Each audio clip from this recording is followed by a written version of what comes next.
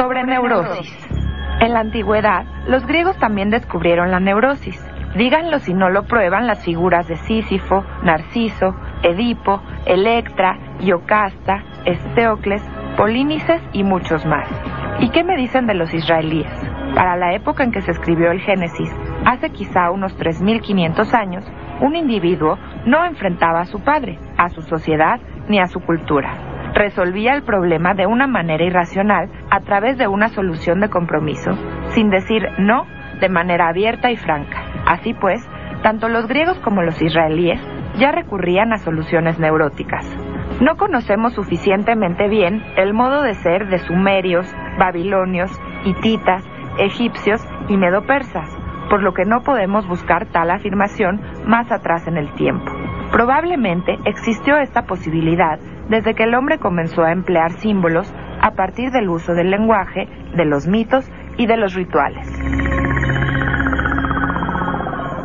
Este programa que estamos grabando para que sea un programa de domingo, el programa de rutina de 2 horas de duración para los domingos, no el programa especial de televisión de las 2 de la tarde, es para reponer y ratificar nuestro compromiso con el público de hablar sobre neurosis,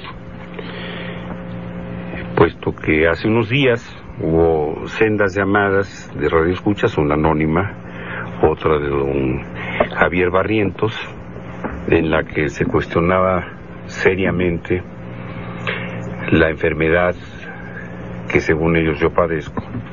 Me decía que tenía yo que acudir con Arya, que porque era yo neurótico, etcétera, e intentando explicar precisamente lo que es la neurosis, no para justificar o explicar lo que yo padezca o no padezca, sino porque me parece a mí que es definitivamente algo necesario el que el público use correctamente el lenguaje de las ciencias de la conducta hasta donde sea posible. Durante muchos años, 22 años o más, en nuestros programas hemos pugnado porque el público vaya adquiriendo con el tiempo un lenguaje que traduzca el concepto, la idea o el pensamiento acerca de lo que significan los llamados diagnósticos, en el caso de la psicología y la psiquiatría, para que también podamos, al afirmar o al decir o al mencionar algún adjetivo o algún calificativo, tener una constancia de lo que queremos decir. Los 2 ejemplos más frecuentes son el uso y el abuso de 2 términos diagnósticos en psiquiatría que se usan en el lenguaje cotidiano y que curiosamente se relacionan ambos con el enojo. Si nosotros encontramos a una mujer que se enoja por la razón que ustedes quieran y manden y expresa ese enojo, entonces la calificamos de histérica. Y si un señor se enoja por lo que usted quiera y mande, entonces es neurótico. Lo que antes se llamaba cólera, enojo, ira, berrinche o como ustedes quieran, o incluso chochear, en la actualidad se califica y se diagnostica como histeria y como neurosis. Y pues ustedes tienen todo el derecho del mundo a hablar como quieran, incluso como cronista de fútbol, pero en términos de un programa que tiene que ver con las ciencias del comportamiento, de la misma forma que hemos aprendido todos poco a poco qué es la depresión, para no confundirla con el estado de ánimo de tristeza que acompaña naturalmente a todos los seres humanos en algún momento del día o en algún momento de sus vidas, y describimos y desglosamos lo que es la depresión cuando es vista desde el punto de vista, vale la redundancia, de las ciencias del comportamiento. Y ahora cuando usted dice depresión o cuando dice alcoholismo o cuando habla de una dependencia emocional o de una adicción, sabe de qué estamos hablando y sabe de qué habla usted sobre todo. Pues de esa misma forma quisiéramos que estos 2 radioescuchas, sobre todo quien tuvo el valor de dar su nombre, don Javier Barrientos, quien se califica a sí mismo, esto lo dice en su mail de neurótico, pues sepa por qué. Él dice que adivina detrás de mis palabras, que yo soy neurótico y que ojalá nunca caiga en mis manos, más o menos así decía el mail, ¿verdad? Obviamente en una actitud que puede parecer defensiva, y lo es, pues a mí me interesa muchísimo que precisemos qué cosa es la neurosis. Y hicimos una invitación muy cordial y muy sostenida a don Javier Barrientos para que acudiera al programa ese mismo día. No vino. Que acudiera a la grabación del programa que hicimos para un domingo. No vino. Y pues seguimos invitándolo a que participe con nosotros el día que quiera para que sus dotes de adivino, porque él adivina detrás de mi actuar una gran neurosis, sus dotes de adivino los aprovechemos para hacer un programa, si no similar al de La Mano Peluda, sí podemos llamarlo, no sé si el pubis pachón o la axila peluda o alguna otra cosa, o el cerebro confundido, o las marañas en el coco, y sus dotes de adivino sean no solamente usados correctamente, sino capitalizados. Me imagino que usted tendría algunos emolumentos por adivinar. Los programas de infinito de la televisión por cable son tan malos que yo creo que ahí, usted tendría entrada segura de inmediato, pero ya chocan porque cuando sacan lo mexicano confunden a los pobres aztecas con los mayas y los mayas con los zapotecos y se confunden en todo, y aquí se trata de orientar al público. Entonces usted, con sus dotes adivinatorias y por su profundo conocimiento de su neurosis, podría ilustrarnos muy bien. Nosotros lo vamos a ilustrar de una manera distinta y conceptual. Esto es, leyendo incluso conceptos, dando la referencia bibliográfica, de manera que el gran neurótico que usted adivina que soy no meta su cuchara casi para nada en este programa, y sean los textos clásicos de psiquiatría por una parte, y los textos actuales de los manuales de diagnóstico y estadística en psiquiatría, que son de uso universal, los que le digan al público en palabras o en conceptos, en frases inteligibles, aquello que sí es neurosis y aquello que no lo es.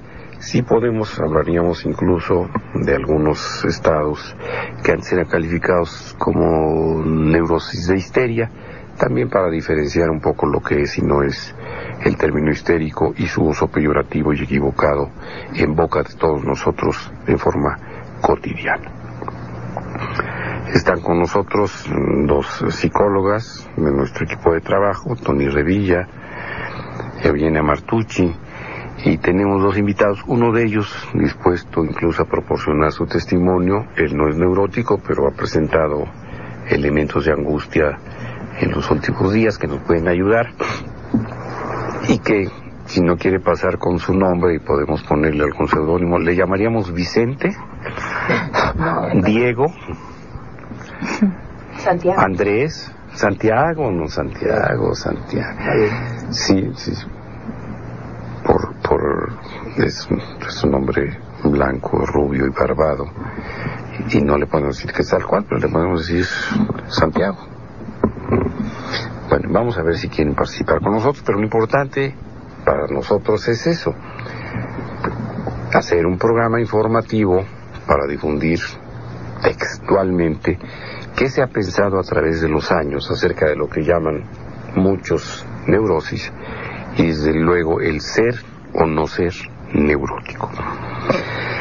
Yo decía en el programa que grabamos el domingo, o para el domingo pasado, que no pasó al aire y no se pudo ver porque dicen unos que se descompuso la máquina, otros que la cinta ya estaba echada a perder.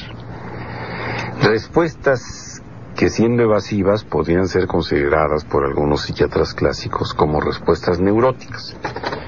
No sé si lo sean. Lo que sí me parecen son respuestas que yo llamo de sirvienta, con el debido respeto para las trabajadoras domésticas de la casa, eficientes, queridas y muy respetables. Pero así les he dicho, no sé, se me olvidó, yo no sé, a mí no me tocaba, se me cayó o se cayó, se echó a perder, nadie me dijo, etcétera. Entonces este programa es una repetición obligada para ustedes de aquello que intentamos decir hace una semana y no se pudo. Entonces vamos a hacer referencia en primer lugar, con un lenguaje muy complicado, textual, de lo que fue para mí la Biblia de la psiquiatría, el Tratado de Psiquiatría de Enrique Ey. Él era un médico catalán que durante la Guerra Civil se fue para Francia y allá se llama Henri Ey. Se escribe Henri Ey. Y esta versión española, con prólogo del maestro López Ibor, que es el mejor psiquiatra, o era el mejor psiquiatra de España, es de 1963, aunque la publicación en México llegó en 1966, y nosotros lo usamos como libro de estudio durante la especialidad un año después. A partir de 67, este fue que constituyó para mí, para mis compañeros, el conocimiento teórico de la psiquiatría. Y en su semiología, que es el estudio de los síntomas y de los síndromes, hay un capítulo de trastornos de la personalidad. Curiosamente, este gran capítulo de trastornos de la personalidad ahora sigue existiendo, pero con otros nombres y otras descripciones, hablando de trastornos que hemos hablado aquí, como el trastorno de personalidad histérica, por ejemplo, el trastorno de personalidad por dependencia, el trastorno de personalidad esquizoide, el trastorno de personalidad por evitación, el histriónico, el narcisista, etc. En aquella época, el libro de Enrique Ey decía que estos trastornos a veces se trataban de anomalías caracterológicas, es decir, de modalidades de reacción individual,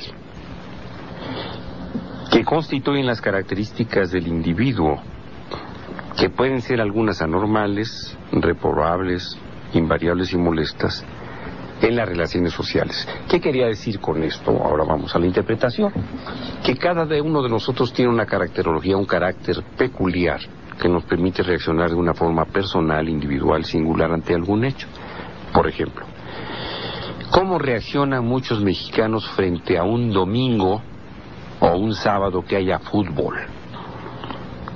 Pues muchos reaccionarán yendo muy temprano o enviando a sus esposas o viejas, como ellos les llaman, al supermercado a comprar cervezas, papas, cacahuates y cuanta cosa se les ocurra, para permanecer aplastados yendo, sin ir ni siquiera al baño, frente a un aparato de televisión porque va a jugar alguien. Puede ser los Pumas, el América o el partido de sus preferencias, el equipo de sus preferencias. Así reaccionan ante un domingo de fútbol muchas personas. Usted que nos escucha puede reaccionar con indiferencia, ni siquiera tener una idea de que hay fútbol.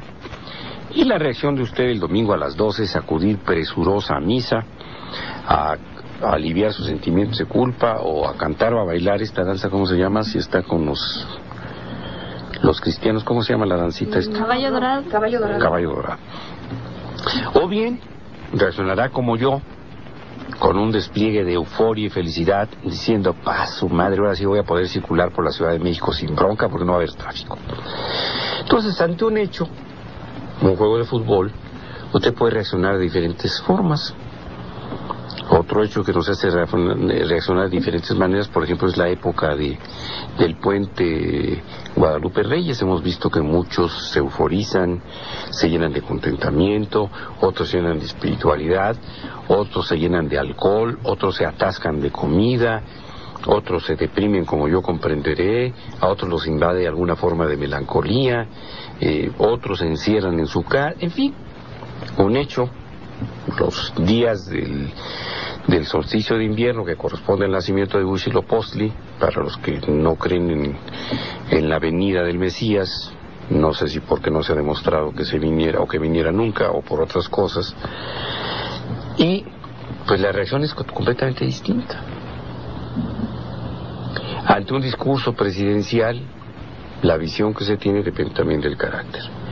Si nuestra visión individual de un hecho nos pone en conflicto con nuestro mundo, la pareja, el trabajo, la familia, los radioescuchas, el auditorio, bueno, pues entonces podemos suponer que tenemos alguna forma de trastorno de carácter. Eso es lo que quiere decir con anomalías caracterológicas, son reacciones personales. Si no afectan al mundo, bienvenidas, no pasa nada. Si nos afectan en nuestra relación con el mundo, entonces pueden considerarse patológicas. A usted no le va a afectar que yo no sea partícipe de ir a los juegos de fútbol, en nada. Entonces, si al neurótico Ernesto Lamoglia no le gusta el fútbol, pues eso no le afecta a nadie. Actividad o apatía, expansividad o introversión, extravagancias y caprichos, tosudería o indolencia, cinismo o excesiva docilidad, sugestibilidad o espíritu de contradicción, inestabilidad o inercia, tales son los rasgos que caracterizan a estas anomalías y que atraen la atención de los familiares y educadores en niños, en el medio familiar o profesional de los adultos. Es decir, estamos hablando de los polos del carácter, de los polos de las respuestas conductuales o de las respuestas afectivas. ¿Qué quiere decir esto traduciéndolo? Que si usted no se encuentra en los extremos de la reactividad ante algo, puede ser considerablemente normal. Por ejemplo, uno puede ser activo a veces y ser apático en otras, estar en un justo término medio, o estar entre las extravagancias y los caprichos y estar también en un justo medio, o en el cinismo o en la excesiva docilidad, que sería el caso, por ejemplo, del señor que se mordió la lengua el otro día, mientras está bajo la influencia terrible del poder tras el trono, entonces es dócil, y cuando se enfrenta a un micrófono, entonces es tosudo y es cínico.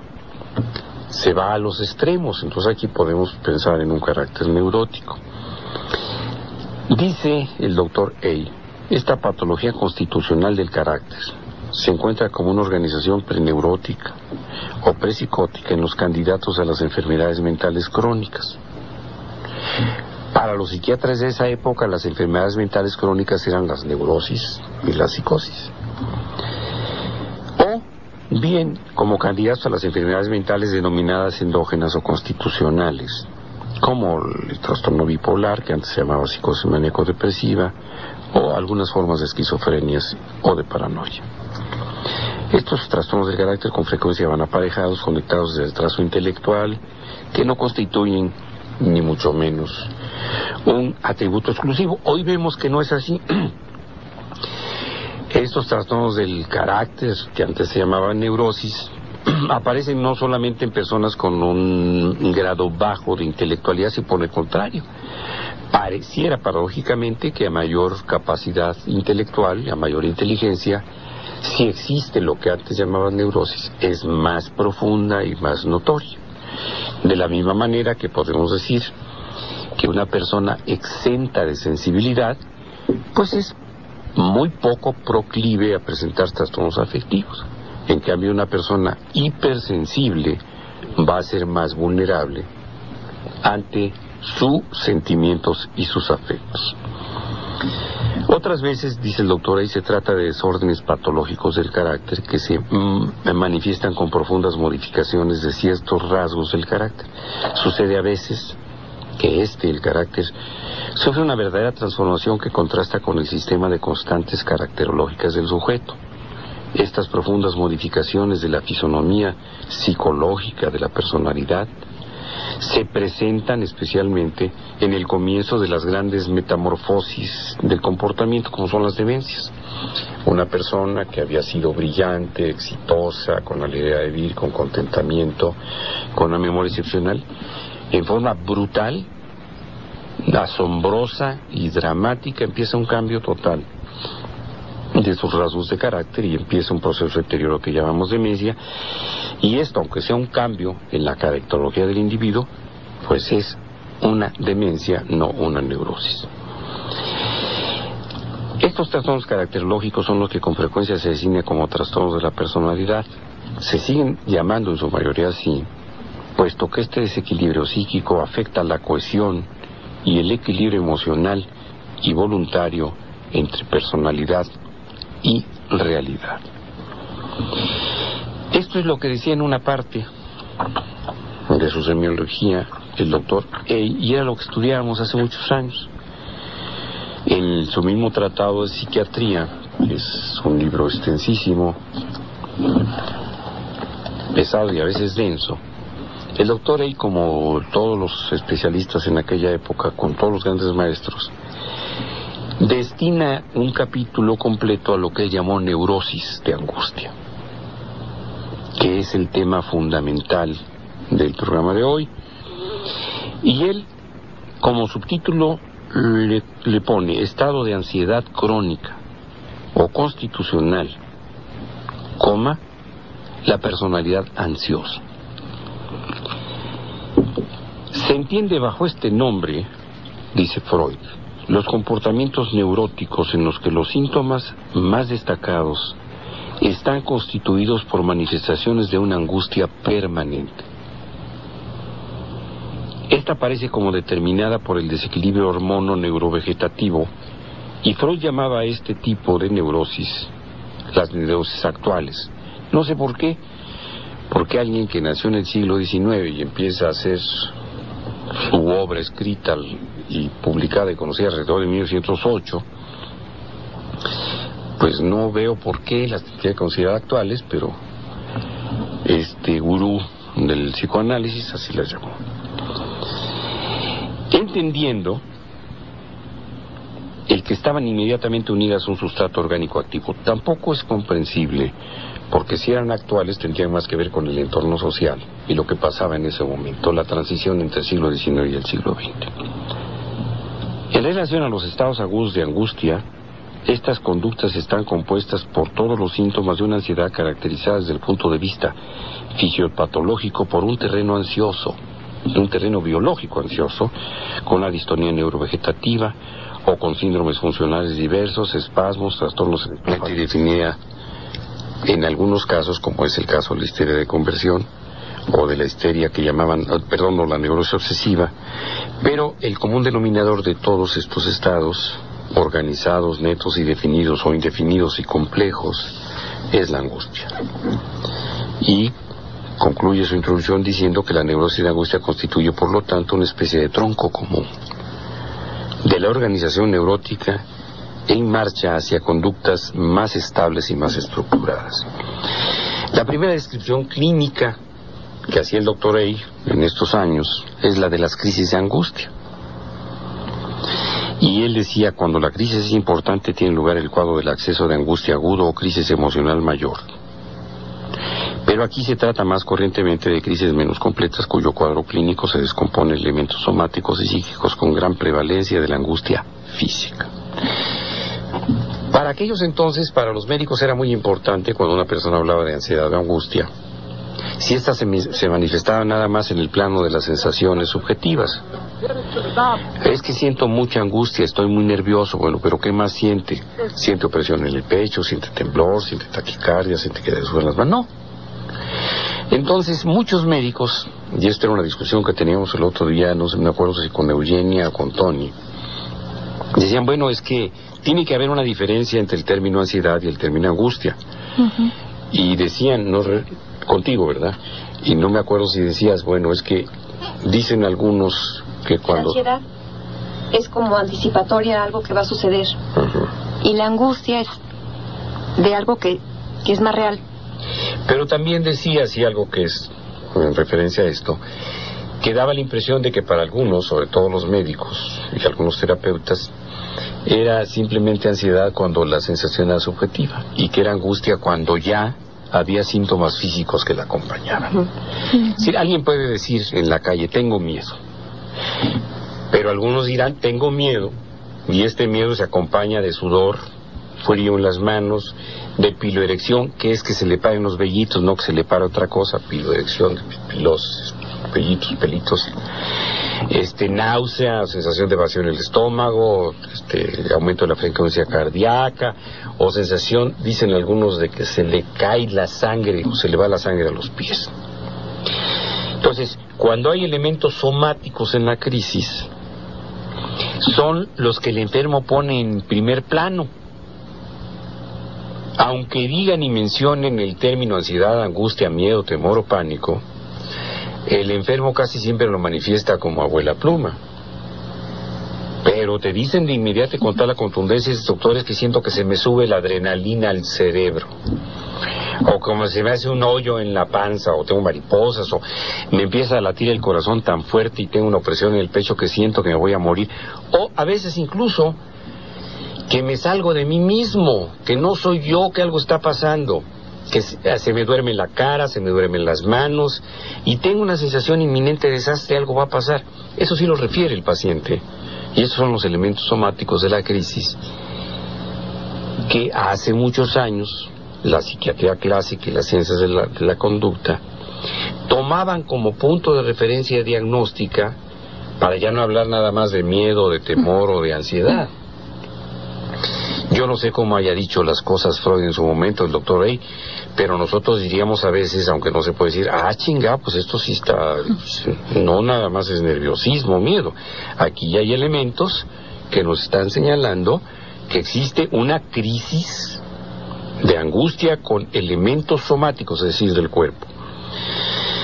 Estos síntomas descritos clásicamente eran los síntomas respiratorios en primer lugar, ante todo la disnea. Cuando uno preguntaba a los maestros, ¿qué cosa es disnea, maestro? Pues decían, pues es la sed de aire, señor. Esa sed de aire, esta necesidad de aire, eso es la disnea, que puede ser, dice ahí, de todos los tipos y de todos los grados, desde la respiración bloqueada o suspirosa, así es el término castizo, hasta la crisis asmatiforme, y para ciertos autores, hasta la verdadera crisis de asma alérgico, observándose también excesos de tos, hipo, bostezo, crisis disfónicas e incluso afónicas. Muy cerca de mí existen personas que cuando se tienen crisis de angustia empiezan a toser, se ponen disfónicas y entran en verdaderas crisis de apnea. Falta de aire. Al grado de que se salen del espacio donde estamos y hay que respirar o darles aire. Mi mejor amiga durante toda mi vida adulta, que es una abogada muy distinguida, en cuanto entraba en crisis de angustia empezaba a toser y después se quedaba afónica de inmediato. Los síntomas vasculares o cardiovasculares en estas crisis, en su elemento somático, decía ahí, son las crisis a veces dolorosas de palpitaciones, de taquicardia, incluso de arritmia, los dolores precordiales, descritos como quemaduras, hinchazones, punzadas, constricciones irradiadas hacia diversas zonas, y evocadoras de una angina de pecho. Es decir, lo primero que piensa quien las está sufriendo, como yo comprenderé, es me va a dar un infarto, o ahora sí es un infarto, porque después de años de padecerlo, y que resulta que no es un infarto, sino una sensación precordial por angustia, el enfermo, en términos generales, dice, ahora sí es un infarto. Un poquito parafraseando quizá aquel epitafio que dicen que tenemos los hipocondríacos cuando nos morimos en la lápida que cubre nuestra tumba. ¿Sí sabes cuál es el epitafio de los hipocondríacos? ¿Tú tampoco lo sabes? Dice, no, que no, cabrones. Nos vamos a un corte y regresamos. Bueno, estamos con los síntomas cardiovasculares de estos elementos somáticos de la crisis. Y entonces los dolores precordiales, que pueden ser evocadores de una angina de pecho, o las crisis vasoconstrictivas o congestivas, tanto generalizadas como localizadas en la cara, en los miembros, se refiere a los miembros superiores y a los inferiores, en los dedos, acompañados generalmente de parestesias, que es la sensación de entumecimiento o adormecimiento, de hormigueo que tenemos. Eso se llaman parestesias. Para es más allá, y el término estesia es el que indica sensación. Los síntomas digestivos, y ahorita vamos con Tony, que para ella la ansiedad se manifiesta en el área respiratoria y la angustia en el área... La angustia en el pecho. La angustia en el pecho. Y la ansiedad en el estómago. Mira lo que dice el doctor ahí. De estos elementos somáticos de la crisis, y los síntomas digestivos son la constricción faríngea, siente uno que a mi papá le pasaba, tenía espasmos faringios. El bolo esofágico, que mi papá aventaba todo lo que había cuando se le atoraba la comida. Y yo he comentado que mi mamá, que lo conocía muy bien, sabía que no le iba a pasar nada, porque armaba un verdadero desmadre, tiraba todo y sentía que se ahogaba y se agarraba de la mesa. Y entonces mi mamá tenía un truco extraordinario para aliviar eso, invitaba a alguien, y mi papá, que era narcisista en extremo, me rebasaba como por unas micras. Si había un invitado, entonces trataba de quedar bien y entonces no le pasaba. Entonces en mi casa desfilaron toda serie de personajes que se pueden imaginar a comer cada vez que mi papá estaba en Orizaba, como el truco más eficiente de mi mamá para que no tuviera su espasmo esofágico, y de veras no le pasaba, pero nos quedábamos a comer así como en familia y ya chifló a su Mauser, como dicen ahora los muchachos, porque le pasaba. No sé si usted tenga incluso la posibilidad de tener espasmos en el colon, borgorismos y flatulencia, y lo pueda controlar si hay un invitado. Hay quienes pueden, hay otros que no pueden.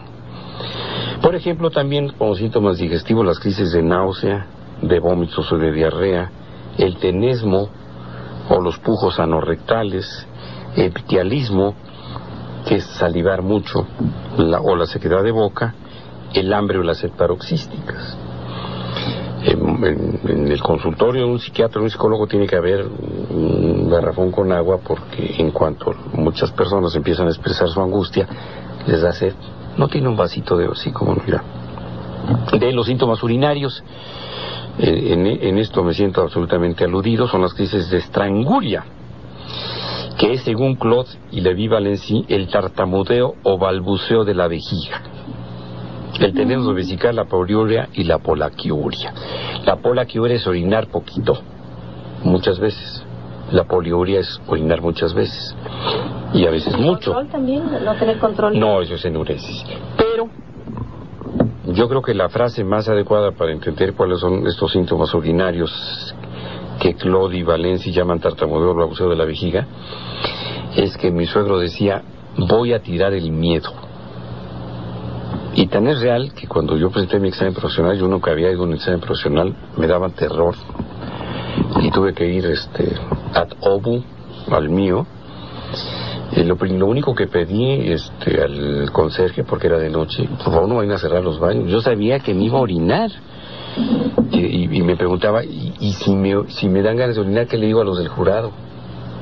Oiga, maestro, voy a mi arbolito, como se decía en la escuela. Pues me va a tener que acompañar el presidente del jurado, y va a ser muy incómodo para el doctor Gómez Jauregui que me vaya a acompañar a orinar, o para el doctor Madrazo, que era otro de mis sinodales, o el neurólogo, que era el doctor Barriga. Bueno, pues él podía sentirse aludido incluso. Los síntomas neuromusculares, que son las crisis de temblores, de fibrilaciones faciales, particularmente palpebrales. Ay, doctor, yo creo que me voy a dar una parálisis facial porque me está temblando el párpado. No se llaman fasciculaciones o fibrilaciones palpebrales. Y las crisis dolorosas pseudorreumáticas, que ahora conocemos perfectamente bien como fibromialgia. Otras de las características somáticas de la ansiedad o de las crisis de angustia son los síntomas sensitivos sensoriales y cutáneos, que están constituidos por hiperestesias y diversas parestesias. Ya hablamos las crisis de prurito, que es la comezón, de horripilación. Aquí sí no entiendo ahí qué serán las crisis de horripilación. ¿Será lo que nos pasa cuando vemos a los conductores de los noticieros de televisión? Ya les dije que me encontré a Amador el otro día en el Palacio de Hierro, me echó una mirada. Es que de veras tiro por viaje, me lo llevo entre las patas, no está bien, pues es un... crisis de bolito, de horripilación o sudores profusos, los dolores lacinantes, los zumbidos de oído, las sensaciones de moscas volantes o de visión nublada, las cefaleas, o en fin, las crisis vertiginosas que constituyen el tipo de ansiedad locomotriz, sin ninguna acepción hacia la locura, sino a la actividad motora. El primer esbozo de la agorafobia, o por lo menos de la astasia abasia neurótica. ¿A que nunca habían oído esto? Astasia abasia neurótica. Vamos a hacer una trivia. ¿Qué hacemos? Le regalamos las memorias de Vicente Fox a que nos diga qué es afasia, abasia o alguna cosa. Las que hizo nuestro colega aquí. Hizo un librito, ¿no? Cuando la campaña o después de la campaña. A ver qué le regalamos a que nos diga qué es astasia, abasia neurótica.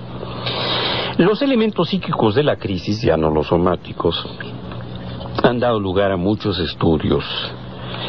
Pero vamos a retener, dice ahí, 3 aspectos fundamentales de este estado afectivo. Peyoración, fíjense también los términos, imaginaria de la existencia. La angustia crea y mantiene una serie de sentimientos paralizadores y pesimistas. Es vivida como una pesadilla obsesionante, es decir, es irreal. Pero al sujeto le parece que proviene de un drama interior, de un conflicto inconsciente de que percibe la exigencia y el carácter artificial. Pero está en espera de peligro, independientemente de que cobre conciencia que es irreal y que no tiene que ver más que con la mente. El sujeto es sometido por la exigencia brutal del carácter artificial del pensamiento y dice, pues aunque yo no lo crea, pero sí pasa. El sujeto sigue a pesar de que sabe que no es real, el pensamiento proviene de su mente y el sufrimiento también de lo que piensa, no de la realidad, está en espera de un peligro. El miedo al miedo, decían mis compañeros de la terapia grupal. Y aquí hay inquietud, aprensión, perplejidad, duda, desaliento, temor, miedo, terror, miedo al pasado, lamentaciones, remordimientos, o del presente, las dudas acerca del futuro, las amenazas o los presentimientos y todos los efectos del miedo que culminan con la pantofobia. Saben que pan es el todo, la pantofobia es el miedo a todo y a nada. Después, como elemento psíquico de la crisis, está el desorden. La rebelión del sujeto ante este peligro vago, pero inminente, conduce a una desorganización de su capacidad de ordenar sus perspectivas y, desde luego, su razón, y dirían algunos su sano juicio. El ansioso no solo se encuentra amenazado, sino que experimenta en relación al peligro una oscura solicitud, una atracción cruel. Por eso decimos que el neurótico no sabe estar bien, y en el momento que se siente bien piensa que se está volviendo loco, y entonces retorna a buscar el mal donde esté. Y estos de veras están ráscale y ráscale. Y el ráscale es constante, pues porque no estoy sintiendo bien, ¿qué me va a pasar? ¿No será que ya me lavaron el coco estos desgraciados infelices y ahora me estoy sintiendo bien? Es que no he pensado nada ahorita. ¿Qué me irá a pasar? Me voy a volver loco, y entonces hay que rascarle donde sea, incluso en el periódico La Crónica o prendiendo el canal del desagüe o lo que quieran, de manera que se tenga que encontrar el sufrimiento donde sea. Es más, si usted razonablemente ha dejado atrás, siendo neuróticas o relaciones destructivas, si se siente en algún momento bien, júrelo que va a buscar entre todos sus perspectivas o expectativas o pretendientes al más jodido y cabrón de todos, y con ese se va a enganchar ese día, porque ¿cómo va a estar bien? Entonces hay que buscar. Por eso usamos esa fascinación por la búsqueda de la ansiedad. Entonces, decíamos, y dice el Riey, el ansioso no solo se encuentra amenazado, sino que experimenta en relación al peligro una oscura solicitud, una atracción cruel. En el análisis de la gran angustia aparece como un estribillo la palabra fascinación, evocadora de la ambivalencia de la situación vivida como amenazadora y como amenaza deseada. La ambigüedad de la condición humana se resume en el momento de la crisis de angustia, en un encaramiento inmediato de las necesidades y de las posibilidades de resistencia. Hay que volverse hacia el vértigo cuando lo que se quiere es llegar a comprender el aspecto fundamental de la angustia. El ansioso, por su vértigo, se encuentra apresado, desposeído de sus facultades de análisis y de control. No puede ni quiere ser convencido, no puede hacer marcha atrás en esta relación ante la terrible situación que le fascina y su necesidad de recobrar el sano juicio. Hasta aquí lo que dice Riay, que es un texto clásico, sigue y es espléndido, a pesar de las palabras complejas. Y vamos a regresar a algo de lo cual hemos hablado muchísimo en los programas cuando nos referimos al libro de diagnóstico y estadística de los trastornos mentales. El DSM-4, en su tratado revisado, que es la edición más reciente, 2003, y que en su capítulo, su gran capítulo, trastornos de ansiedad, aquí fíjate, ya no le llama angustia en la traducción al castellano, ahora le llama ansiedad, Por eso para los médicos y los psicólogos deben ser sinónimos, no es más que una forma de lenguaje. No sé si es como decir fútbol y balompié o fútbol o algo, pero es exactamente lo mismo. Y este texto está revisado por Juan José López Ibor, que es el hijo del que revisó este texto, el anterior. Vamos a un corte y vamos a hablar un poquito del criterio diagnóstico para el panic attack, porque aquí empezamos a sentirnos aludidos, como seguramente usted allá en su automóvil o en su casa, y no pasa nada. Mientras usted sea funcional, así tenga todo lo que acabamos de mencionar, no es neurótico. Si disfunciona, aunque no tenga todo, es probable que sí lo sea. Por un lado estamos hablando de lo que es y lo que no es la neurosis, lo que son algunos trastornos de personalidad que antes se llamaron neurosis, lo que son trastornos por angustia, que es el nombre, los trastornos por angustia o por ansiedad, que son, o es como se denomina en la actualidad lo que antes se llamaba neurosis, de manera tal que el día que usted le grite a una mujer que es histérica, o el día que le digan a usted que es neurótico, sepa de qué sí se trata y de qué no.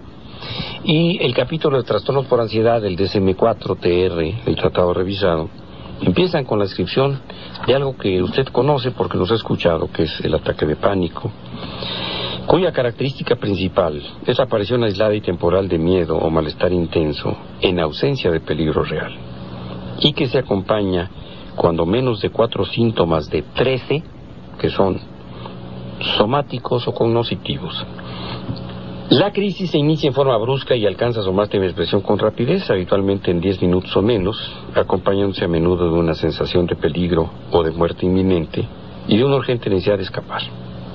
Los 13 síntomas somáticos o cognitivos vienen constituidos por, y seguido, palpitaciones, sudoración, temblores o sacudidas, sensación de falta de aliento o ahogo, sensación de atragantarse, opresión o malestar precordial o torácica, náuseas o molestias abdominales, inestabilidad o mareo, desrealización o despersonalización, es sentir que uno no es uno o que se sale de uno, miedo a perder el control o volverse loco, miedo a morir, parestesias, estas alteraciones de la sensibilidad, calosfríos o sofocaciones.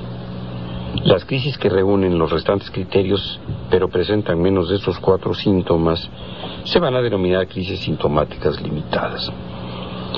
Los individuos que solicitan ayuda terapéutica para estas crisis de angustia inesperadas acostumbran a describir el miedo como intenso. Relatan cómo en aquel momento creían estar a punto de morir, perder el control, tener un infarto o un accidente vascular cerebral o de volverse locos, describiendo asimismo un urgente deseo de huir del lugar donde han aparecido las crisis, y al ir repitiéndose estas crisis pueden presentar un menor componente de miedo. La ansiedad característica de las crisis de angustia puede diferenciarse de la ansiedad generalizada por su naturaleza intermitente, prácticamente paroxística, esto es decir, que viene y se va, y su característica de gran intensidad. La ansiedad generalizada, que es otro de los trastornos por angustia que veremos en otro programa, es a lo que se llama neurosis.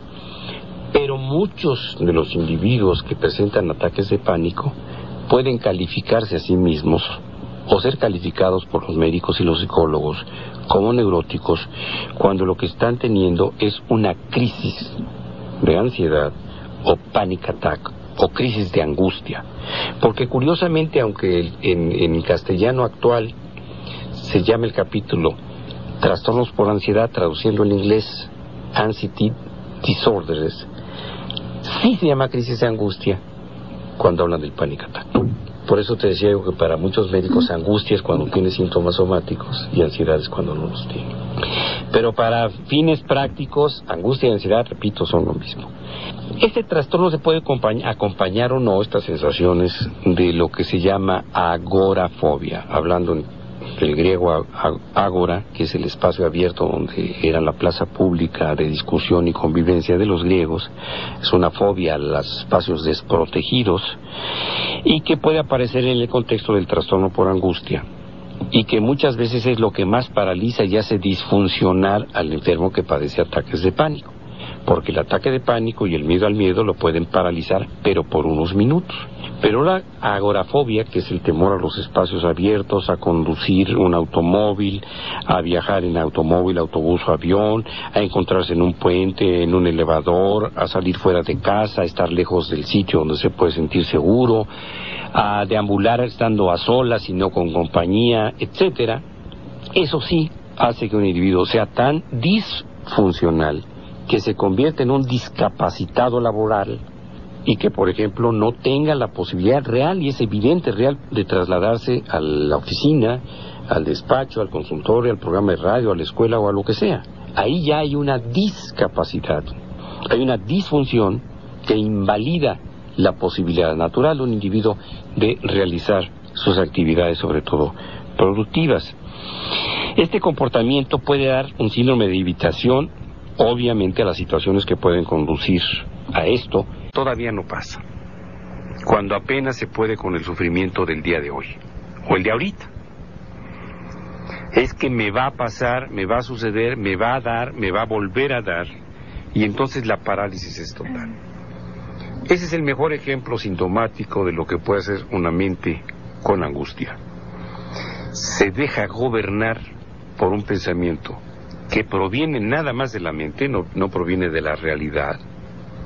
Sale de la mente, que es una mente que está enferma en ese momento, da la idea hacia los demás de ser absurdo como pensamiento y provocar conductas absurdas, y tiene la desventaja, clínicamente hablando, y para el sufrimiento del paciente, que es irreductible a toda forma de argumentación lógica.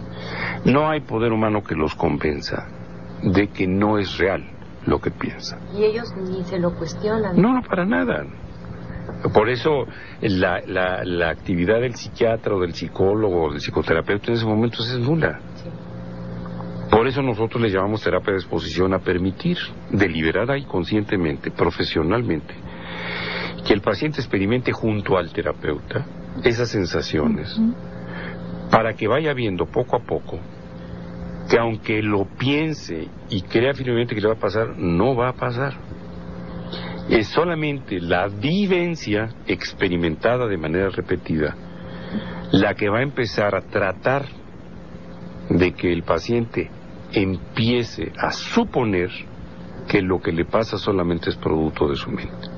Pero para esto pueden pasar años si no hay terapia, o se necesita una verdadera intervención en crisis con ayuda de muchos, y sobre todo auxiliarnos con la literatura que existe el día de hoy a este respecto, que permite que el paciente, cuando menos hipotéticamente, llegue a concebir que lo que sucede se llama crisis de angustia, que no va a ser un ataque cardíaco, no se va a volver loco, no va a perder la vida, etcétera, que son los pensamientos que, convertidos en este regidor involuntario de nuestra conducta, toman el poder de las decisiones y los comportamientos.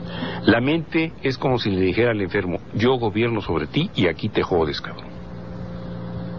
Mientras usted le dé crédito a su mente, y darle crédito no es pedirle prestado o que le presten a usted, darle crédito es creer en lo que le dice la mente. Mientras usted crea que lo que dice su mente es la verdad, va a estar jodido.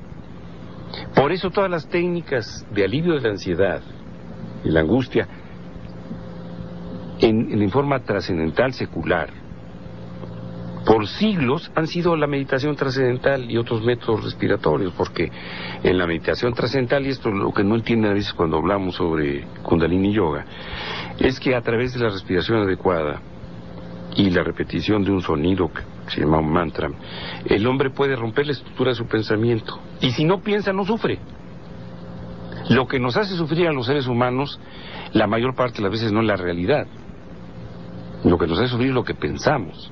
¿Cómo percibimos esa realidad? Yo creo que fue la maniobra más extraordinaria del dios o los dioses que hayan existido. Voy a dar origen al ser humano a través de un proceso de evolución de siglos, y ¿cómo voy a lograr que tenga necesidad de pensar en Dios? Pues lo voy a dejar jodido, le voy a dotar de la capacidad de pensar. Y si piensa, va a sufrir. Y si sufre, el güey, pues va a tener que acudir a mí como Dios, va a tener que recurrir al pensamiento mágico, porque solamente la fe La fe es el único antídoto para el miedo. Entonces, los dioses en su infinita sabiduría deben haber decidido en algún momento, y estos cabrones humanos ya se sienten muy acá, porque piensan que esto es lo que los diferencia de los animales superiores, pues están fregados. Y vamos a escuchar esta segunda parte con algo que habíamos grabado desde el programa anterior. Por eso, si la voz se nota diferente, no sean neuróticos, no es un truco, ni fue evasión, es simplemente que habíamos ya grabado una buena parte de esto. Resulta que para el público en general, cualquier expresión de enojo que tenga usted, si es mujer, es calificada como histeria. Estás histérica, o mi mamá se pone histérica, o no seas histérica. Pero si usted tiene la desgracia de ser varón, no por esto, pero no es tan afortunadamente la condición de los varones en el país. Lo es más la condición de la mujer, afortunadamente cada vez más. Pero si usted es varón y se enoja y lo expresa, usted es neurótico. Debido a una cierta tendencia a la búsqueda y la explicación de lo que significa el lenguaje y las palabras, a mí me cuesta trabajo entender por qué al enojo se le puede llamar de mil maneras. Por ejemplo, en México al enojo se le llama coraje, lo cual también es un error garrafal. Estar enojado, es mostrar cólera. A veces cuando uno puede ser enojón sin motivo aparente, puede uno presentar ira, que es una forma de enojo que va acompañada a veces de manifestaciones físicas, ser iracundo. A veces todos aquellos que nos enojamos y discutimos, en consecuencia los orígenes de nuestro enojo, que puede ser cualquier cosa, el tráfico, las circunstancias políticas que vive el país, la discrepancia con los protagonistas cotidianos de la vida del mexicano, la comida que hace la señora, la opinión acerca del fútbol o los toros, lo que sea. Entonces, cuando nos enojamos por eso, podíamos ser beligerantes. Bellum es guerra. Ser beligerantes es guerroso, como nos decían cuando éramos niños, guerrista o peleonero. Pero cuando los niños éramos peleoneros, guerristas o guerristos, como se decía a veces, el niño es muy guerristo, decían en algunas partes, o es el beligerante. Cuando la discusión es francamente verbal y existe la habilidad, se dice que es uno querulante. Querulante viene de querella. Pero ni el ser querulante, ni el ser enojón, ni el ser beligerante significa para nada, en términos médicos, psiquiátricos o en términos psicológicos de las ciencias del comportamiento, ser neurótico. Significa ser enojón. Coraje, fíjese nada más para ver la confusión, coraje significa valor. El coraje de sanar no es el enojo de sanar, así se llama un libro maravilloso del abuso sexual. No es el enojo de sanar, el coraje de sanar es el valor, el esfuerzo, el acometimiento, la acometida, la fuerza que uno pone, el compromiso para salir adelante. Tener coraje para vivir, pues no es estar enojado para vivir. Voy a tener coraje para vivir, entonces voy a estar encabronado todos los días. No, tener coraje para vivir es tener la fuerza interior, la fuerza espiritual suficiente para vivir y no derrotarse por las circunstancias de la vida cotidiana o de la vida interior. Entonces, coraje es valor. Si nosotros éramos el castellano, correctamente diríamos, tengo enojo y tengo ira. Eso se llama cólera también, de colé negro. Y esa cólera, el enojo, la ira, en ocasiones, si es justificada, me lleva a tener coraje para enfrentar eso que me provoca el enojo. Bueno, pues yo estoy enojado porque perdí la salud, pues voy a tener coraje para salir adelante. El clásico échale ganas del coloquio diario, eso es tener coraje. El coraje de sanar. Entonces, así como cólera se confunde con coraje, el término neurosis y la histeria, que en un determinado momento fue considerada por los clásicos como la neurosis histérica, neurosis conversiva, etcétera, pues en realidad son otra cosa muy distinta. Entonces, calificar a alguien de neurótico, don Javier Barrientos y don Anónimo, es un error muy grave que los coloca en una posición pues muy similar a del bisonte, que los bisontes no leen ni periódicos porque se pueden poner mal. Los bisontes pueden recomendarle a las señoras campesinas que vean televisión, pues porque son animales. Entonces pues, no saben leer, no saben muchas cosas.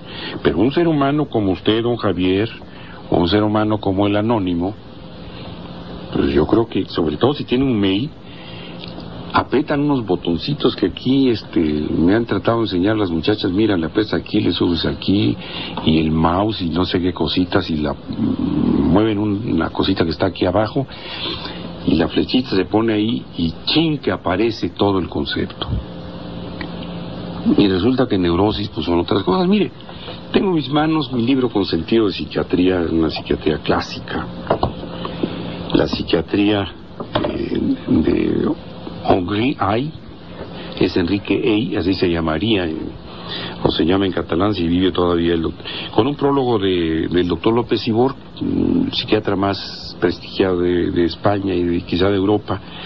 Y este libro yo lo compré en 1968, aquí está anotado, aunque el editor es Toray Mason o Mason, en 1965. Entonces es un libro que tiene 40 años y dice en una parte de los trastornos de la personalidad, semiología de los conflictos intrapsíquicos de la persona, el yo neurótico.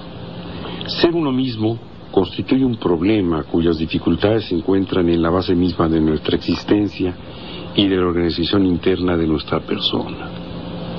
Yo no soy yo, sino por una identificación a un personaje que constituye el ideal de mi yo.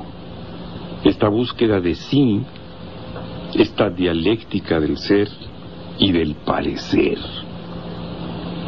implicada en la idea de que la persona es una máscara, perisoma, persona, peri alrededor de somatos, cuerpo, eran las máscaras del teatro griego, de ahí viene personalidad, por eso la personalidad es una máscara.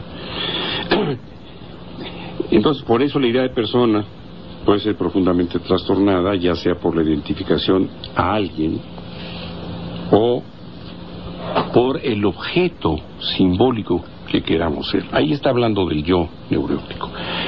Y seguimos en una mini revisión a la pluma de este tratado de psiquiatría, el Henri Ay, que de veras es extraordinario, es como la historia, la compilación histórica de los conocimientos psiquiátricos hasta 1985.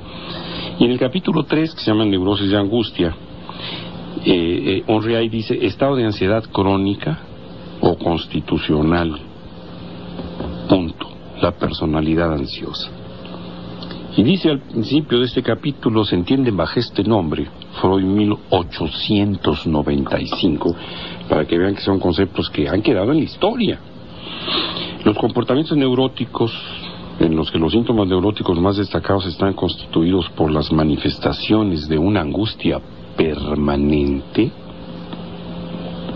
Esta aparece como determinada por el desequilibrio hormono-neurovegetativo. Freud llamaba a este tipo de neurosis las neurosis actuales, en 1895. Años después, cuando empezó a escribir, entendiendo por ello el que estaban inmediatamente unidas a un sustrato orgánico activo. En relación a los estados agudos de angustia, ya estudiados en este libro, estas conductas están compuestas por todos los síntomas de una ansiedad caracterizadas desde el punto de vista fisiopatológico por un terreno ansioso, una distonía neurovegetativa, síndromes funcionales diversos, espasmos, trastornos enestopáticos, es decir, de los sentidos, y desde el punto de vista psicopatológico, por un perpetuo estado de alerta y de miedo. En relación a la neurosis en general, se comportan como estados generadores nebulosas con poder de organización, esto entre comillas, conceptos de Gendrot y Recamier de 1955, que están perpetuamente en movimiento y susceptibles de cambios, pero sin abocar por lo general a las formaciones de defensa, lo que nosotros llamamos mecanismos de defensa típicas, que entran en la organización de las neurosis más estructuradas y que estudiaremos más adelante. Todo estado neurótico, dice en Rie, ya bien revista la forma neta y definida de la histeria de conversión o bien la de la neurosis obsesiva, comportan este fondo de angustia. Comparten, debe ser aquí, este fondo de angustia. La neurosis de angustia constituye, por lo tanto, como una especie de tronco común de la organización neurótica en marcha hacia conductas neuróticas más estables y más estructuradas. Viene la descripción clínica, hablan de la crisis de angustia, de los síntomas respiratorios, de los cardiovasculares, de los digestivos, de los urinarios, de los neuromusculares, de los sensitivos sensoriales, de los elementos psíquicos de la crisis, la peyoración imaginaria de la existencia, la espera de un peligro, el desorden, etc. Sin embargo, desglosando precisamente esto que se señalaba hace 40 años en la psiquiatría clásica, los libros de diagnóstico en psiquiatría actual, y desde hace ya 20 años, hablan de los trastornos por angustia y de los trastornos de la personalidad. Y en la actualidad, en términos correctos, nunca o casi nunca hablamos de neurosis, excepto para definir en el lenguaje popular a un grupo de conductas, sentimientos, sensaciones, tiene que ver con un individuo cuyo centro vital está constituido precisamente por su angustia, por su ansiedad. Y alrededor de este centro vital de su existencia, este individuo atormentado por el miedo, el temor actual y el temor anticipatorios, va construyendo mecanismos de defensa que van a constituir una especie de muralla circular alrededor de él y de sus miedos. Estos mecanismos de defensa pueden funcionar para aliviar la angustia, pero no funcionan para la convivencia, porque hacen de un individuo cercado por la muralla de sus mecanismos de defensa un ser con una severa disfunción para su devenir por el mundo. ¿No? Sobre neurosis. En el jardín de un manicomio encontré a un joven de rostro pálido, amable y lleno de admiración. Me senté a su lado y le pregunté, ¿por qué estás aquí? Me miró con sorpresa y dijo, es una pregunta necia, sin embargo te responderé. Mi padre quiso hacer de mí una reproducción de sí mismo, y lo mismo mi tío. Mi madre soñaba tener en mí la imagen de su ilustre padre. Mi hermana quiso ponerme a su esposo Marino como ejemplo a seguir. Mi hermano pensaba que debería ser como él, un atleta perfecto. Y mis maestras también, el doctor de filosofía y el maestro de música y el de lógica, ellos también habían determinado que yo fuese un reflejo de sus propias caras en un espejo. Por todo eso vine a este lugar, lo encontré más cuerdo. Al fin puedo ser yo mismo. Entonces se volvió a mí y dijo, pero dime, ¿tú también fuiste impulsado a este lugar por educación y buen consejo? Y respondí, no, soy un visitante. Y él dijo, ah, tú eres uno de esos que viven en el manicomio, pero al otro lado de la pared. Gibran Jalil Gibran, el errante.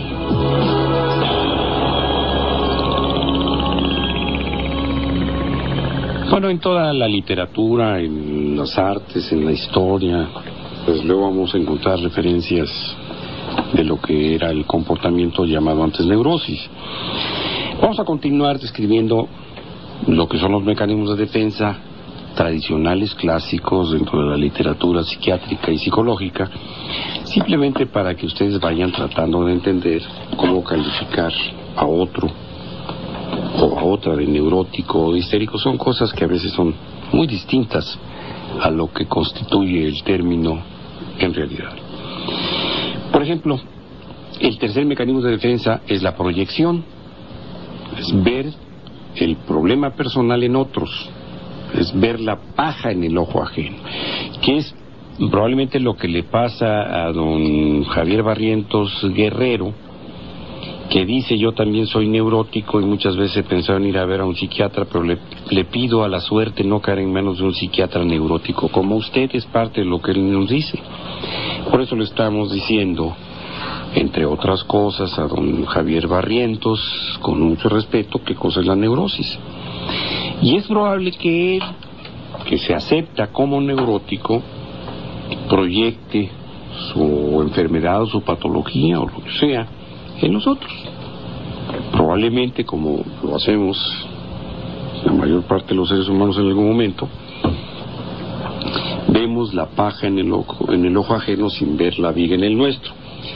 Esto puede ser una conducta, repito, que la podemos tener cualquiera, pero si esta conducta es generalizada, permanente y afecta la vida cotidiana del sujeto haciéndolo disfuncional, entonces ya es una patología.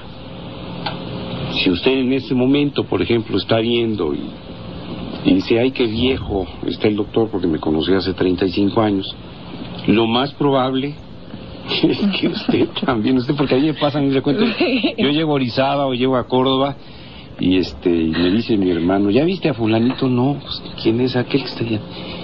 Órale, de veras, sí, qué viejo se ve, qué bruto, qué jodido está. Y me dice: cabrón, han de estar pensando exactamente lo mismo de ti y de mí, ¿verdad? En alguna ocasión, mi hermana estaba con sus amigas, que mi hermana trabaja en el Colegio México de Orizaba, y a ellas, sus amigas, les dicen las bastoneras. Tengo un amigo, muy querido, primo hermano de una de las mejores productoras que tiene Radio Fórmula. Él es muy ocurrente, se llama Jorge. Y Jorge, no digo su apellido ahorita, siempre está teniendo ocurrencias. Y entonces va mi hermana a los festivales con las mamás y las abuelitas de los niños del colegio. Y dice que son las bastoneras del colegio. Ya ve que hay porristas y en algunos grupos de porristas hay bastoneras. Pero no porque andan con el bastón así muy... No, porque son bastoneras que se llaman con su bastoncito así, ¿verdad? Entonces, en alguna ocasión también, me decía mi hermana, después de estar platicando: oye, estaba yo con Norma X y con Silvia no sé cuántos, y le decía yo: ¿cómo están? Hijo, pues yo las veo muy bien, pero me dijeron que te habían visto y que te ves muy acabado. Dije: ay, desgraciadas, las tengo yo que ir a ver, porque se me hace que les pasa y nos pasa lo mismo a todos. Esa es una proyección. Pero si no nos afecta en nuestra vida cotidiana, o sea, una proyección, no va a ser parte de una neurosis. Usted puede decir que los otros se ven mal, o que están mal, o que los malos son los del PAN, o que los malos son los del PRD o los del PRI, y el malo es usted. Y bueno, no es más que una proyección, pero si esto es en todos los órdenes de su vida y lo hace usted para aliviar su angustia, aguas, porque entonces es un mecanismo de defensa. Hay otro mecanismo que se llama reacción formativa, que es hacer lo contrario a lo que realmente se siente. Estaba yo viendo en los diarios el viernes de un líder de la resistencia, me parece que en Colombia, que es de la resistencia teóricamente indígena, pero él se ve mestizo y bastante más blanco que mestizo, y él está en contra de los blancos y quién sabe qué, y quien lo denuncia de sus conductas ilícitas es su amante, y su amante es rubia de ojos azules. Entonces él dice que está en contra de los blancos porque oprimen a los indios y a los de color quebrado, a los de color subido, pero pues él tiene un amante rubia y de ojos azules. Esto es una reacción formativa. Lo mismo puede pasar si usted dice que es ultracatólico que es respetuoso de la Iglesia Católica, si va a postrarse de rodillas ante la Virgen de Guadalupe en una ceremonia oficial frente a las cámaras de televisión del país? Y muy católico y muy guadalupano, pero no respeta el divorcio eclesiástico y se casa, cuando la Iglesia Católica reprueba eso. Pero eso sí, él es muy católico, él es muy creyente, él es hasta de la ultraderecha, yunquista, etcétera, lo que quieran ustedes y manden, pero los malos son los otros. Eso se llama reacción formativa, hacer lo contrario de lo que realmente se siente. Vamos a otro corte. Tenemos 4 murallas construidas alrededor de la angustia del neurótico: la represión, la negación, la proyección, la reacción formativa, y va otra muralla, el desplazamiento.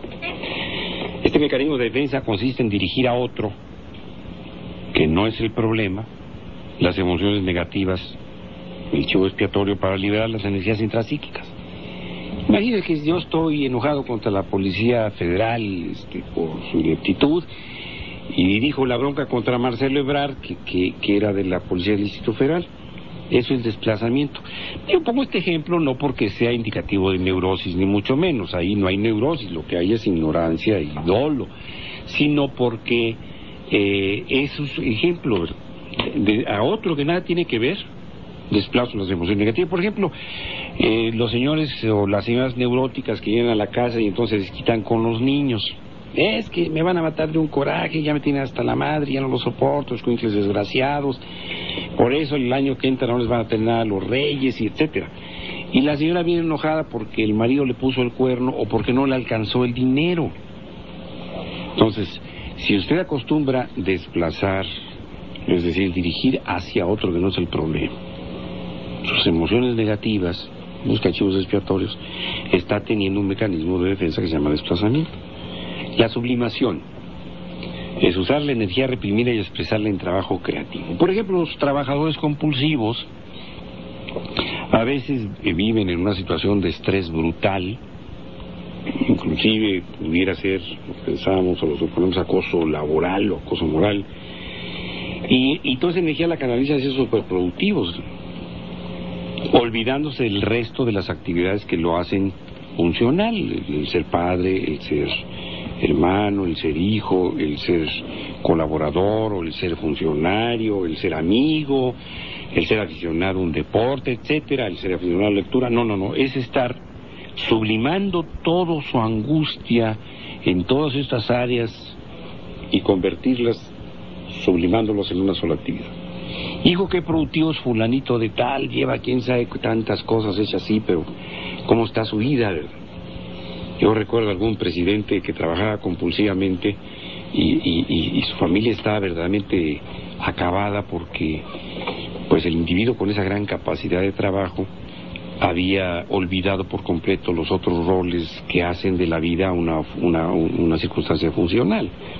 Sí, era el hombre más importante de México, pero todo lo demás estaba absolutamente olvidado o hecho a un lado.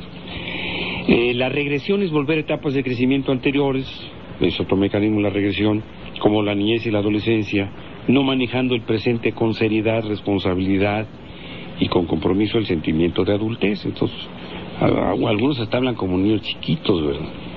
A mí, por ejemplo, me parece que es una regresión brutal, académicamente hablando y para los medios, que pongan a un payaso a dar noticias, o que pongan a un payaso, como lo hicieron el jueves, a inaugurar la ceremonia del UNAM del Día Mundial de la Física. Yo, por favor, y habiendo un psiquiatra como rector, a mí me parece absurdo. Está bien, hay que hacer las cosas, pero así sería si usted pone su vida adulta o la asume con un papel de niño o de adolescente. No se me había ocurrido, Sí. Bueno, pues imagínense, ¿verdad? Es como si usted se vistiera de vaquero ahorita para ir al cine porque va a haber una película de cowboys. Como yo iba al cine parroquial las pocas veces que fui, con mi antifaz que me habían hecho mis tías y mis pistolas. Iba yo así, chacachachán, y yo me sentía el llanero solitario. Nada más que en esa época yo no tenía hebilla de plata con mi apellido, ni botas vaqueras, ni nada. Pues era yo un escuincle bastante pobretón ahí en Orizaba. Pero disfrazarse de vaquerito, pues Imagínense a las alturas de la adultez, o disfrazaste de tehuana, cuando tienen vestidos de Chanel, pues son estas cosas que dicen, no, pues, ¿qué les pasa? Yo me acuerdo de López Portillo, un vestido un día de huichol y de otro día trepado en un elefante, y digo, no puede ser posible. Bueno, si usted lo hace, habitualmente se disfraza de chavo, y anda con aquí o no sé qué otras cosas, bueno, pues lo más probable es que ande a ir en regresión, y si habla como Chabelo o como Chabuelo, pues también, ¿verdad? La racionalización es usar el razonamiento intelectual para dar validez a un comportamiento irracional, palabras que distorsionan la verdad. También le llaman algunos intelectualización a convertir lo inadmisible en admisible, como pasa, por ejemplo, en el síndrome de Estocolmo. La conversión, los síntomas físicos por el traslado de actividad emocional negativa a través del cuerpo físico. Ahora, por ejemplo, los trastornos conversivos, en el texto revisado del DSM-4, ya vienen en otro capítulo, ¿sí? Hipocondria y todo lo demás, los trastornos conversivos, el trastorno por conversión, viene en un capítulo que se llama trastornos somatomorfos. Entonces, si usted tiene lo que antes se llamaba neurosis conversiva, ahora eso se llama trastorno somatomorfo. No sé si pueden acercar la cámara. Y en el trastorno de somatomorfo viene el trastorno de somatización, el trastorno somatoformo indiferenciado, el trastorno de conversión, el trastorno por dolor, la hipocondría o hipocondria, el trastorno dismórfico corporal y el trastorno somatomorfo no especificado. Entonces, si usted a un conversivo le dice neurótico, ahorita está equivocado. Lo correcto es decir, tiene un trastorno somatomorfo del tipo conversivo. Por ejemplo, la desatención selectiva, este esquema de distracción que presentamos muchos, es tratar de no ver lo que a uno no le agrada. Por ejemplo, esta desatención selectiva le puede suceder a uno todos los días. Por ejemplo, yo a las 11 de la noche llego y me quiero poner a ver un programa de televisión o rascarme el ombligo porque ya termino muy cansado, según yo. Llega la compañera y dice, fíjate que esto y esto y esto y esto y esto y esto y esto. Y yo estoy con una cara como de aburrido. Me dices que no me prestas atención a lo que digo. Y tienes razón. Si a mí me dicen las cosas a las 11 de la noche, me cae que yo ya no puedo atender, ya no sé ni cómo me llamo. Pero si esto tiene un esquema constante, permanente, que me hace disfuncionar, y no atiendo y estoy distraído todo el tiempo, sin tener un déficit de atención, porque no quiero ver lo que no me agrada, que son estas negaciones, entonces estoy teniendo ese mecanismo de defensa que se llama desatención selectiva. Capricci, dirían los italianos. Y por último, la undécima barrera, la undécima muralla de mecanismos de defensa que usted puede presentar si tiene una neurosis y lo hace ser disfuncional, se llaman automatismos. No porque usted maneje en automáticos o ande necesariamente en automático, que eso nos puede pasar también a muchos. Y uno lo dice, es que ando con un automático, no me di cuenta ni cómo manejar hasta acá. Automatismo debe ir sin tomar conciencia de lo que se piensa y de lo que se siente. Yo pongo un ejemplo reciente que a mí me llenó de emociones muy contradictorias cuando vi que una de las niñas, o de las jovencitas, pues yo digo niña, de las jovencitas que estaba en mexicana, que andaba por Indonesia, por ahí cuando el tsunami, que estaba perdida, la encontraron y la entrevistaron, fue una de las primeras mexicanas. La escuincla esta, debe haber sido una muchacha de unos 25 años, decía que se sentía muy bien y que no había pasado nada y quién sabe qué, y que bueno, pues ahí estaba ya re feo, y que ella pues iba a continuar sus vacaciones en Roma y en el resto de Europa, en Italia y en el resto de Europa, porque ahí las cosas estaban muy bien. Y dice, no, pero ¿cómo es posible de que frente a la tragedia, esta escuincla, frente a lo que está pasando, tenga una inconsciencia tan brutal, una falta de solidaridad humana, una falta de empatía, o como ustedes quieran y manden, como para pues, con toda la cachaza del mundo, con toda la arrogancia, o no sé cómo llamarle. No, pues aquí ya está re feo, pues ha de haber dicho, las playas ya están contaminadas y aquí además los pinches asiáticos son feos. Yo me voy a Italia a seguir mis vacaciones, al cabo yo salí bien en la escuela y mis papis me están pagando mis vacaciones y ahí muere, yo me voy a Europa. Híjole, man, era como para después de haber contemplado esto, y me voy a quedar siquiera a ver si puedo rescatar a un niño, o dar unas palabras de consuelo. No, pues, y debe estar ahorita, por supuesto, con el beneplácito de los papás, pues disfrutando el resto de sus vacaciones en Europa. Eso se llama automatismo, vivir sin tomar conciencia de lo que piensa y lo que se siente. A veces esto puede ser lo cotidiano. Estos son en términos generales los mecanismos de defensa que, si usted vive con una angustia permanente, buscando un ideal y una exigencia que usted se trazó y no se perdona, y esa angustia generalizada señorea su diario vivir, usted tiene lo que antes se llamaba neurosis.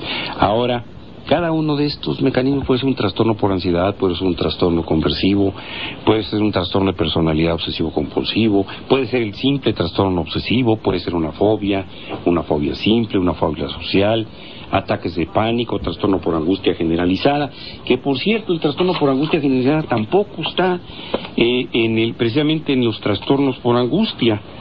Está en criterios serios propuestos para otros estudios, como también está el trastorno depresivo por inducción, que antes se podía haber llamado neurosis depresiva.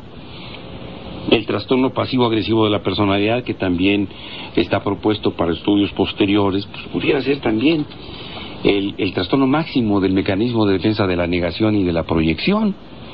Entonces, don Javier Barrientos Guerrero y don Anónimo, pues este programa que les dedicamos les va a permitir usar el lenguaje correcto y no decir neurótico a un señor que se enoja, sobre todo si se indigna o tiene cólera frente a lo injusto o lo incorrecto desde su punto de vista, y al enojo se le llama enojo, y a la cólera, al coraje, el valor, etcétera. Y aquí hay una dirección donde pueda ir, porque nosotros ya nos vamos. Los teléfonos de Neuróticos Anónimos: 55 39 55 51, 55 39 55 52, Neuróticos Anónimos. Y ahí es donde puede usted encontrar la respuesta a sus dudas, o a su ignorancia, o a su neurosis, para que entonces no la proyecten los demás. Que si bien tenemos todo el derecho del mundo a ser criticados, cuando menos háganos el diagnóstico bien, porque si yo hablo mal de Fox me dicen perredista, y no conozco ni siquiera al PRD, ni sé dónde está. Entonces, por favor, el león cree que todos son de su condición, pero aquí no se vale.